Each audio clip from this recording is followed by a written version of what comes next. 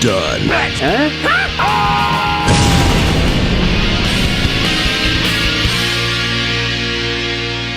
Hello, I'm the Nostalgia Critic guy. Remember it so you don't have to. Hey kids, you like cat videos? You like dog videos? You want to see a movie about them? Well, too bad, that's what we got. Eat it! Eat it!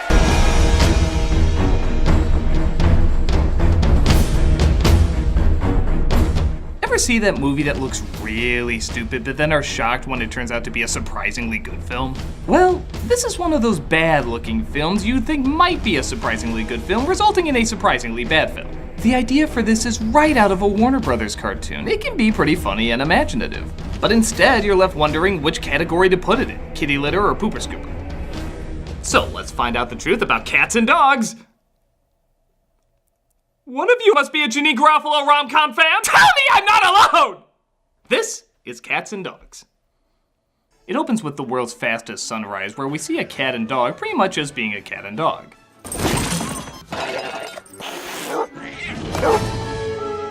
Until it turns into a really bad Doritos commercial. Fun fact, this was actually supposed to be a crossover between crappy CGI Garfield and crappy CGI Marmaduke. Until they realized, no. We cut to a woman setting a pie on the windowsill in her 50s style dress with a bow in her apron, because somebody somewhere thinks somebody somewhere still does that, when the cat and dog land on her. Now her reaction to the cat landing on her is fine, but look at her face when the dog lands on her. What the hell kind of face is that? Comedic expressions are supposed to get bigger as more stuff happens, not scaled down. How do you even duplicate that face?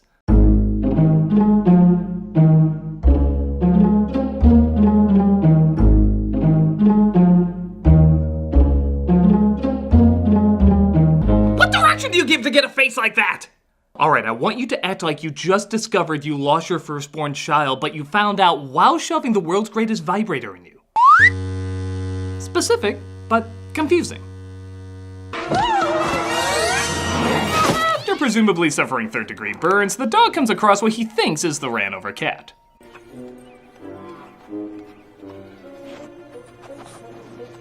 It's a trick. Get an axe. But a van of cats comes by to abduct him. And if you're thinking to yourself, okay, that was a tolerable short film, I'm sad to say that a movie comes with it. Control here. We've got a serious problem. Shouldn't that be dog-napped?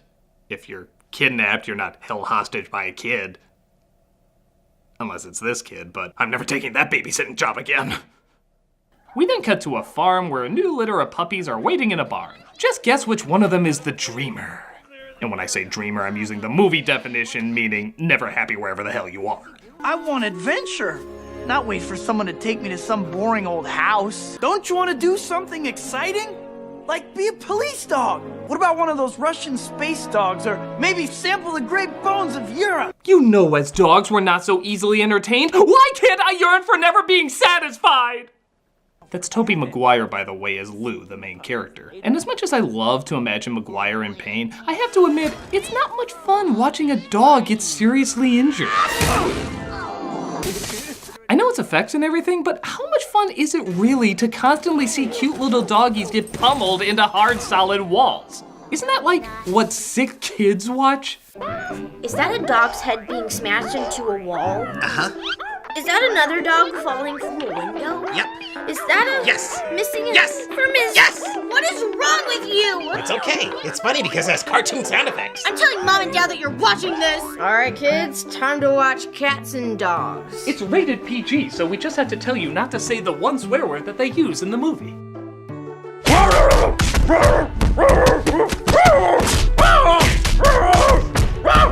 It's funny because it has cartoon sound effects. That reminds me, honey, what's for dinner? You guys like hot dogs, right?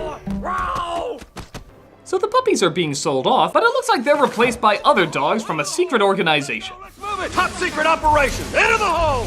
Double time into the hole! Oh, by the way, you never see those puppies again. They vanish from the rest of the movie. What are we supposed to assume they did with them? All right, puppies, into the room, into the room! Go to work. So one of the replacement dogs is supposed to be adopted, but Lou is left behind and gets picked up instead. Not good! Yes, that one on the left looked particularly disappointed. It looks like he's distracted by something on the ground, but he's just so destroyed by what's going on right now, he can't even keep his head up. In fact, I wouldn't be surprised if every dog in this movie has that exact same reaction. Just constantly looking all over the place as if they're always distracted. But it's not. It's the pain of this one scene that's ripping everybody up inside. I know I read the script, it's in crayon. The irony is, as poorly as the animals are trained in this movie, some of the actors are trained even worse. Take this kid, for example. He's as invested as a wooden board who just found out he's a wooden board. Okay, how about loser? But what can you expect when you're the son of Jeff Bloom? Proboscis viscosity. Immune response.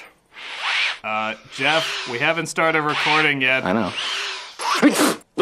He plays a scientist who's trying to find a cure for dog allergies. Though, by his cartoony door, you'd swear he was trying to figure out how to blow up anyone who came towards Scrooge McDuck's money bin. DuckTales, woohoo.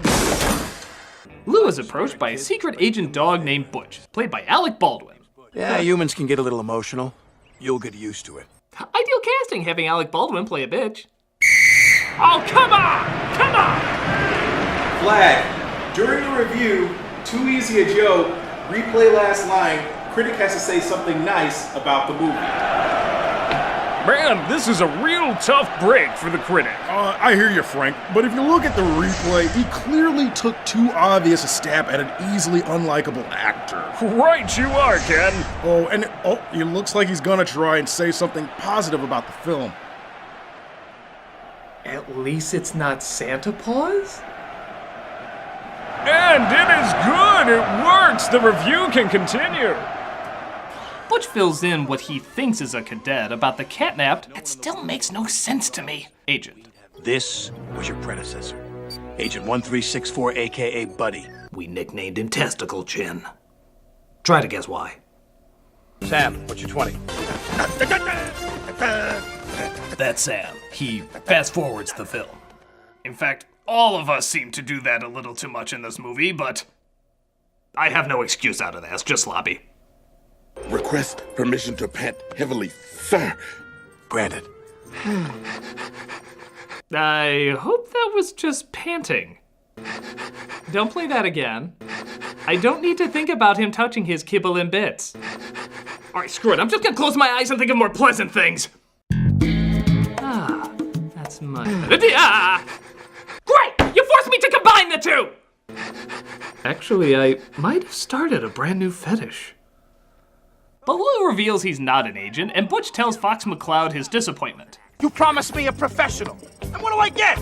A puppy. There's no time, Butch. The puppy stays. End of discussion. And if you could tell Slippy to save his own warded ass every once in a while, that'd be super. We then cut to our main villain of the film, Mr. Tinkles, voiced by Sean Hayes. This is the best character in the movie. Not because he's written the best or performed the best, but because most of the time he's completely animated, allowing more control over the character. So if you open your world domination pamphlets to page 3, I will show you. I want you to stay here. Why? Because I hate you. With all the others, it's clear they're just waving treats in front of them, so they always look unfocused, and it's distracting as hell. But this character looks like he's always in the moment because he's animated that way. At what point did you forget that We're trying to take over the world! In fact, why wasn't this an animated film? With all the CG used in this, it actually would have been a pretty good CGI film, with fewer limitations. Instead, we just have uninvested animals looking like uninvested animals, just with little talking mouths put over them. Why would anybody watch anything with a character they know wasn't really in the moment? Hey, Nostalgia Critic. What? Who are you? Look left. Look right. Look up. This confuses me. Thank you. Wait, why'd you have me do that? No reason. Okay. So the dogs tell Lou the backstory of their war between the cats. he forced him to build pyramids, monuments? Dogs, being man's best friend, grows up. You know, do we really need a reason for cats and dogs to hate each other? We kinda just get it. Everybody knows what'll happen if that wasn't the case. Dogs and cats living together, mass hysteria. And the people just forgot? Well, you have to remember, they're very primitive species. Heck, they can't even take responsibility for their own farts. Guilty. Well, I'll give him this. For a film of this stature, that was a long time to wait for their inevitable fart joke. What is that, like 20 minutes? In fart joke years, that's like an eternity. So Goldblum once again tests out his allergy cure. Oh no, it's turning me into the fly. Help me, help me. Even though it's not finished yet, two ninja cats try to sneak in to get the formula.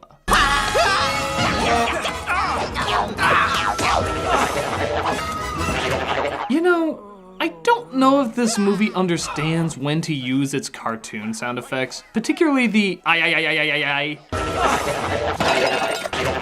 Random cartoon sounds don't suddenly equal comic gold. They need to match the mood and pacing. For example, this works. Oh, hey there, buddy. This doesn't. Go back to Acme University until you pass your exams. All I did was give you dated 80s comedy. Little known fact, this was the first film to actually parody The Matrix. Oh wait, no it wasn't, it was the 157,000. But it still feels really fresh, right? Oh, this! Clean up on aisle 7. Sorry! We are racist, ease if you please. The cats escape, but Butch explains the seriousness of the situation. Did you see when I had them going? With a right and a left and a right and a left. And then you got cocky. You think this is a game? You think this is fun? This isn't about code names, little boys, or making friends. You think these are goofy times or wacky antics? This is cats and dogs. We only use our I sound effect as a last resort. I know it may look like we're excitable animals with a bit of string being waved over us, but this is deadly serious. Hey, Nostalgia Critic. Why are you doing that? By God, I just want to bat at it. Why? What is the purpose of this? I do not understand. It's all I need. Who are you?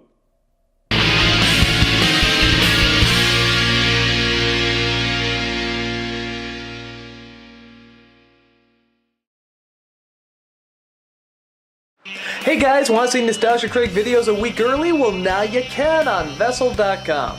The Nostalgia Critic schedule is still exactly the same, except now you can see them a week early at $3 a month. And on top of that, you get access to a lot of other Vessel extra features. You can cancel anytime, and if you're not interested, things stay exactly the same. So go get a sneak peek when you can.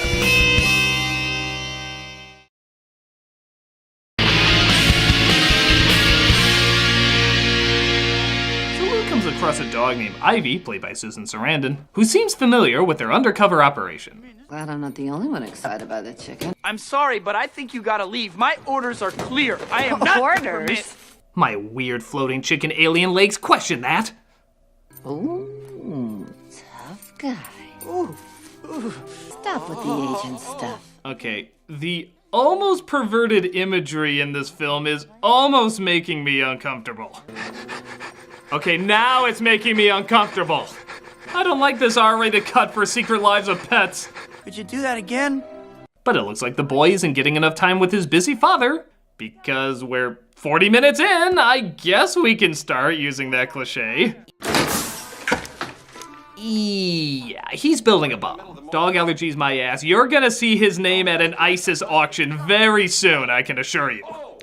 And if you go to ISIS auctions, can you give me your name? I just want to make a few calls. But it's okay, because Lou keeps him company, and how the bitch do you get caught in a soccer net? No, seriously, that's not just stupid, that's baby-proof the stairs moronic.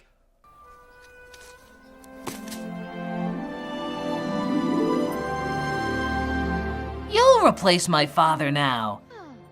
But Butch doesn't like everyone getting sentimental with Lou and tells them to back off. You're barking up the wrong tree. I'm gonna say this nice just once.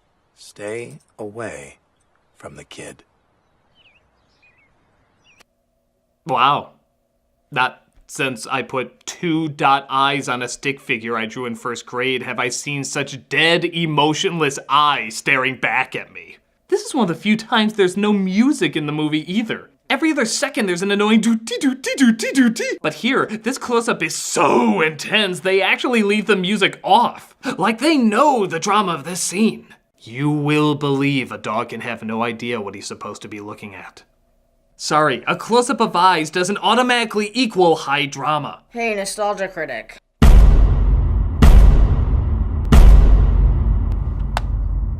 Thank you. Wait! What are you doing? That which you cannot comprehend. Oh. Wait a minute. You're trying to make that sound like something! That was nothing! Make America great again! Who are you?! The mother comes across a stray cat and brings him home only to discover it's another spy. I'm on to you, kitty, and you're in big trouble. I think not, baby puppy. Look out, code 4. Human! Quick, Sam, smell my butt. All right, break it up. Break it up. Yeah, knock it off, dogs I don't own! Why did that anger me? They have a big battle trying to fight off the cat, but the mother comes home, as conveyed by that keyhole shot. Very essential. But Goldblum accidentally knocks the cat out with the door.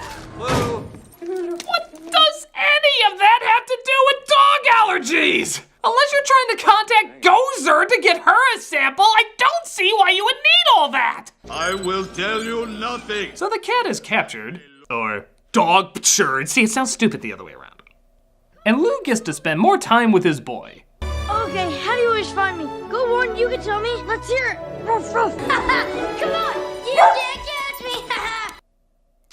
You know, this kid is so generic with his bland acting, non-threatening catchphrases, and IKEA bedroom display that I'm actually starting to wonder if he's an animated character. He never seems real. He always feels half human, half artificial. A Hogarth Joel Osment, if you will. Yeah, I can remember all the times as a boy I cheerfully shouted, "Belly rub!" Though to be fair, if they're any like the ones before, it might be warranted. But they stumble downstairs where Goldblum seems to be lacing all his nuclear explosives with food coloring. By God, it's every single one of Jeff Goldblum's uhs. He packaged them up. Look, there's an from Jurassic Park. There's an from Powder. And there's an from his biography, But Daddy's very angry when he discovers his work is destroyed. My work. My rainbow of fruit flavors. Now no one will be able to try trout strawberry. Allergy formula complete. But we get a dog-oo-s mutsy knot. Oh, come on! Oh, and what a sorry sight we have here. Yeah, it's not looking too good for the critic. Look at the two of them. It's like a small chihuahua and a tiny miniature football-sized poodle yipping at each other. I'd say the critic's definitely the poodle. As it turns out, that somehow created the cure for dog allergies. Aha, I can finally partake in my dog sniffing fetish. No longer will this film be an unfunny recycling of David Letterman's stupid pet tricks.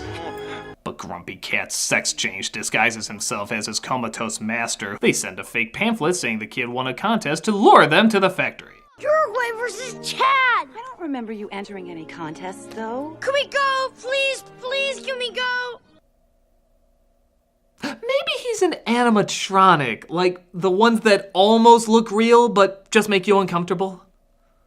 The cats knock them out and hold them hostage to get the dog's attention. No. Recognize these humans? Listen, if you're Al-Qaeda, just take the bomb. I've spent years perfecting it. Change the battlefield. Change the world. So the dogs take a pod that's so fast it knocks their heads back. Except when it doesn't. Maybe that's just a weird dog tick. As they apparently travel to the center of the Earth where their headquarters are. Okay, this might sound kind of silly, but Cats and Dogs is really losing me on its credibility. It's going off the rails even for this movie. I mean, how gullible do they think we are? Hey, Nostalgia Critic. Oh, hey, I'm not falling for another one of your tricks. Do you want to play fetch? Do I?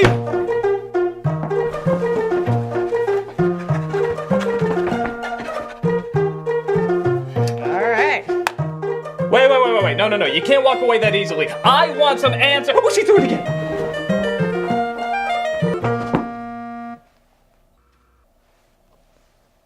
Oh my God, I need to go out weekends.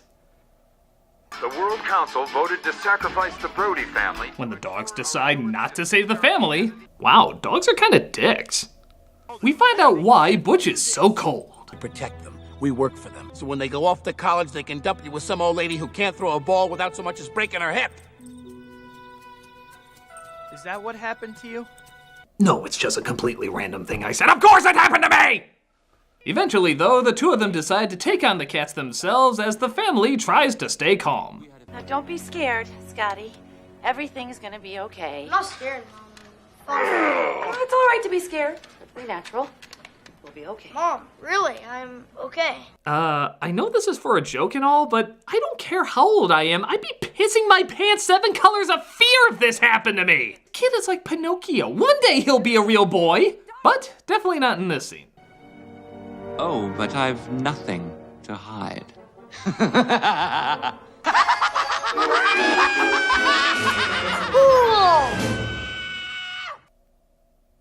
Maybe he's CG. You know, they're making wonderful advances in not making CG Tom Hanks look like a pedophile. Every human in the world will be allergic to dogs. The cats, it looks like, have devised a reversal formula that can make everybody allergic to dogs. Yeah, it takes years to create. I'm sure it just takes seconds to reverse. And they plan to give it to mice to spread all over the world. Mice! Son of my mom. You were right not to laugh at that part. Let's bring out the more appropriate side. Much better. They stop the mice from leaving, but Mr. Tinkles lights the room on fire with the family inside. Don't be scared, son. I'm not scared. I'm not even here. I'm hand-drawn in every single frame of film, remember? So the dogs save the family and thwart the cat's plan, but it looks like Lou is still inside, and... well, Lou Blue. Lou! Is it too late to rule out hand puppet? Like Yoda? But Lou is pulled out by Butch. Not entirely sure how he made it through that, but it looks like he might not have pulled through. Lou? Oh man, that's just a shame. That's 3 dogs this week. Let's just get a cat. Of course he survives, as all the mice are read their rights and placed under arrest. The right to remain silent. Anything you say can and will be used Oh my God. Kind of a random time to say that. I'm sure there's a lot of other scenes that deserve the saying of my God. My God! So Lou plays fetch with his family because after discovering dogs and cats are intelligent beyond measure, that's what I would want to do with them. As Mr. Tinkles is given to his owner's maid, who does nothing but dress him up with her sisters. You a little spoon. Oh, yummy, yummy.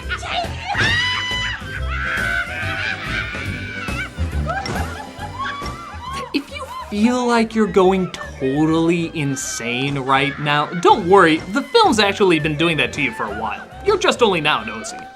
In fact, the credits are rolling right now, but because this movie has driven you so bonkers, this is all you can see. It succeeded in bringing on a complete mental breakdown. And thus, you can check yourself into the cats and dogs mental ward at your local mental hospital. Trust me, they all have them. So, what the hell can I say about cats and dogs? It's from the same director of Son of the Mask. That explains a lot, doesn't it? While it's nowhere near as bad as that film, you do see its paw prints all over it. The awkward comedy mixed with confused direction combined with pointless sounds and inconsistent effects. It's not a good flick, which is a shame because it is kind of a funny idea with funny possibilities. But as cat or dog vomit goes, this isn't one I'm looking forward to cleaning up anytime soon. So thank you all for watching, and tune in next time when I take a look at Deadpool, a Nostalgia Critic negative review. I really hate this movie. It makes me want to shake my head in anger, so run away from it as fast as you can. I just want to swat at every person who likes Deadpool. What the hell have you done? My wife recorded you for clickbait. Everybody's gonna click on a negative review of Deadpool. But I like Deadpool. Tell the comments that. This is that, and I'm gonna report you. You can kiss your channel goodbye. Go ahead. We just called Fox and told them that all your videos have Deadpool in them. Your channel will be gone before you can even make the report. All they have to do is watch the video to know I'm not doing. God damn it!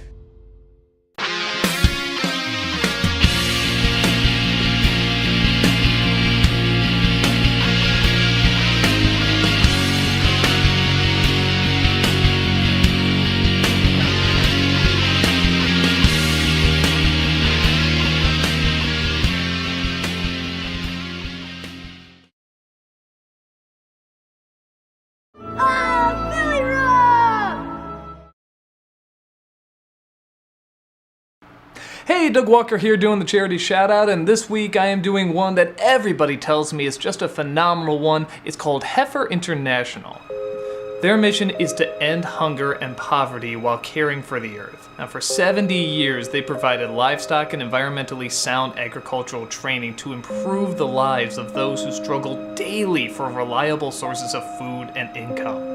But the way they go about it is very unique. They link communities and help bring sustainable agriculture and commerce to areas with a long history of poverty.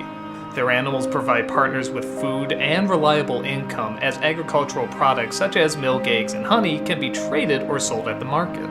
And as you imagine, when many families gain this new sustainable income, it brings new opportunities for building schools, forming communities, savings, and even funding small businesses. You can check out their YouTube channel or their website to see all the good they're spreading and see how you can not only stop a family from going hungry, but also grow their community into one that will never have to worry about that again. Check out the link and see all the phenomenal work that they're doing.